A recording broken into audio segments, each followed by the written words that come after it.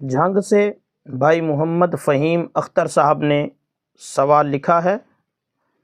وہ لکھتے ہیں مفتی صاحب، آج کل بازار سے ایک عمل کیا ہوا کڑا ملتا ہے جس پر ایک مخصوص عمل کیا ہوا ہے جو پاکستان کے ایک مشہور عامل اور حکیم نے کیا ہے، اور اس کڑے پہننے کا فائدہ یہ ہوتا ہے کہ اس کڑے کے پہننے والے پر کسی قسم کا کوئی جادو نہیں چلے گا، کوئی ٹونا اثر نہیں کرے گا، اس کے تمام بند کام کھل جائیں گے، اس پر ہوئے تمام جادوؤں کا توڑ ہو جائے گا۔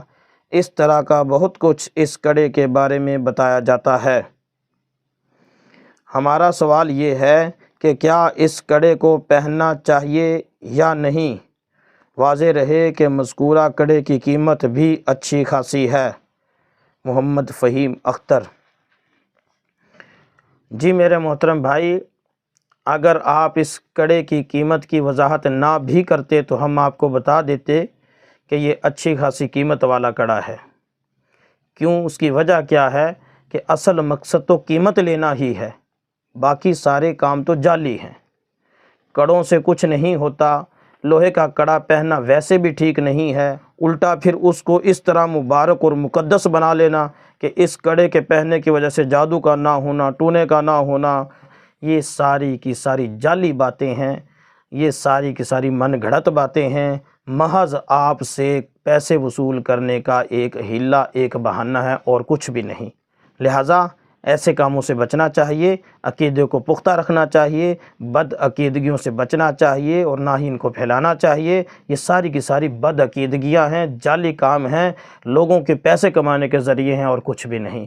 حقیقت کے ساتھ اس کا کوئی تعلق اور واسطہ نہیں۔ نہ ہی اس کڑے کے پہننے کی وجہ سے کوئی جادو سے بچے گا، نہ ہی کوئی برے اثرات سے بچے گا، نہ ہی جنات سے بچے گا، نہ ہی اس کڑے پہننے کی وجہ سے کسی کے بند کاروبار کھلیں گے، نہ کسی کا کوئی جو معاملہ رکا ہوا ہے نہ وہ چلے گا۔ ہاں، اللہ کی طرف رجوع کرنے سے، نیک اعمال کرنے سے، توبہ اور استغفار کرنے سے، اپنے فرائض کو اپنے وقت پر بجا لانے سے، فرائض کو اپنے وقت پر ادا کرنے سے، یہ ان چیزوں کی وہ خصوصیت ہے۔ ان چیزوں کی برکت کی وجہ سے آپ کے بند کاروبار کھل جائیں گے، آپ کی پریشانیاں ختم ہو جائیں گی، رشتوں کی جو بندش ہے انشاءاللہ وہ ختم ہو جائے گی۔ میرے محترم بھائی، یہ کوئی بندش کرتا نہیں ہے، ہماری ہی بد اعمالیاں ہوتی ہیں، ہماری بد اعمالیاں ہی ان چیزوں میں رکاوٹ بنتی ہیں، وگرنہ کوئی کسی کا کیا کر سکتا ہے؟ کیا کوئی خدا ہے کوئی کسی کا کچھ کر لے گا؟ اس لیے میری پہلے بھی اس موضوع پر کئی ساری ویڈیو آ چکی ہیں۔ میرے محترم بھائیوں، ایسی بد عقیدیوں سے بچنا چاہیے۔ نہ کوئی کسی کا کاروبار بند کر سکتا ہے اور نہ ہی کسی کے بند کرنے سے کوئی کاروبار بند ہوتا ہے، ایسا کچھ بھی نہیں۔